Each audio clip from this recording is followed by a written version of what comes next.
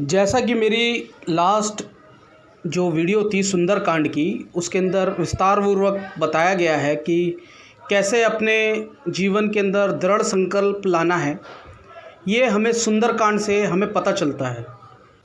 अब इसी श्रृंखला को आगे जारी करते हुए हम सुंदरकांड का दूसरा भाग प्रस्तुत करते हैं आपके सम्मुख। जिस प्रकार हनुमान जी ने किया था, जामवन जी तो ये कह रहे हैं कि हनुमान जी ये समुद्र पार करना है, और हनुमान जी जब खड़े हुए तो उन्होंने ये कहा कि मैं तो बहुत महान कार्य करने के लिए इस दुनिया में आया हूँ। मैं इसलिए नहीं आया जैसे दुनिया में आए कि रोटी खाई, विवाह किया, बच्चे पैदा किए और गंदगी के ढेर पर कूदकर फिर वहीं मर गए। इस काम के लिए नहीं आया। मैं दुनिया में कुछ महान कार्य करने आया हूँ।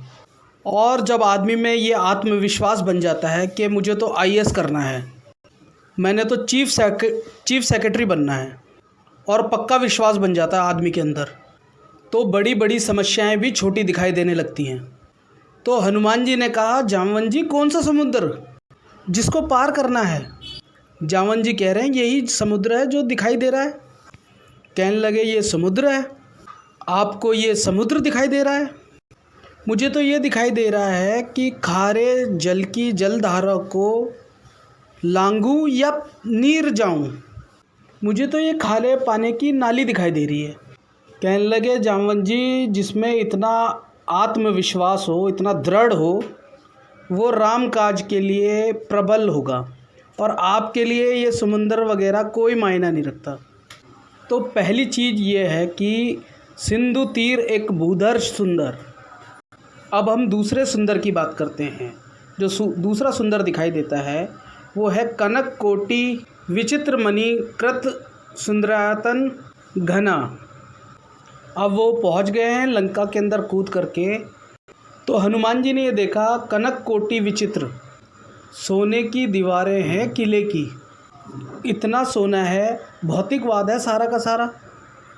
अब भौतिकवाद में क्या है कि सोना ही सोना है, सोना ही उनका भोजन है, सोना ही उनकी माता है, सोना ही उनके पिता हैं, सोना ही उनके सारे रिश्तेदार हैं।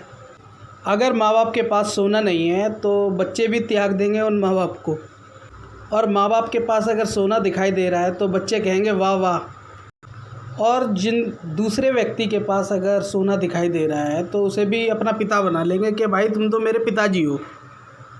तो ये सोना जो है ये वहाँ दिखाई दिया हनुमान जी को, ये दिखाई दिया सुंदरायतन।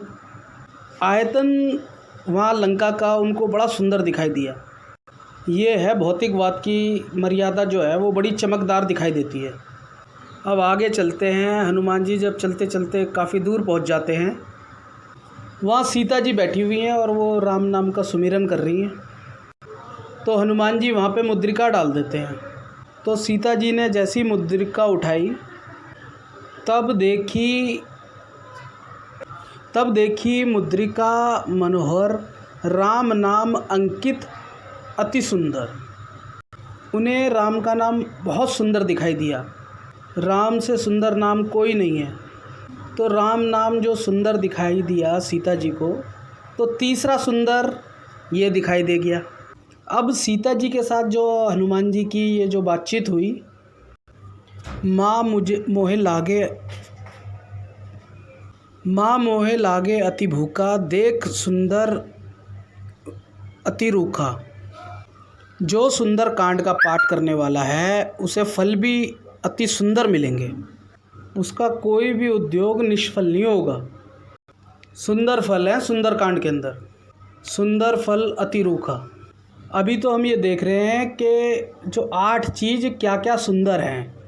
तो कथा सुनाते सुनाते भगवान शिव शंकर जो थे, भोलेनाथ जी जो हैं, वो इमोशनल हो गए, यानी कि काफ़ी भावुक हो गए।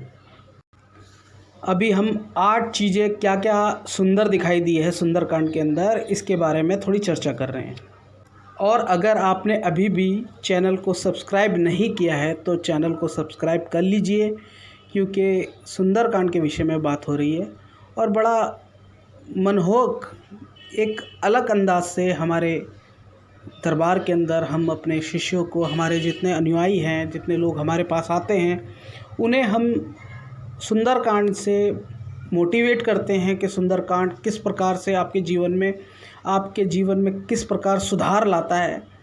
तो इसी के बारे में चर्चा हो रही है। और अगर आप चैनल को सब्सक्राइब कर लेंगे तो आपको मेरी आने वाली वीडियो के नोटिफिकेशन आपको मिलते रहेंगे।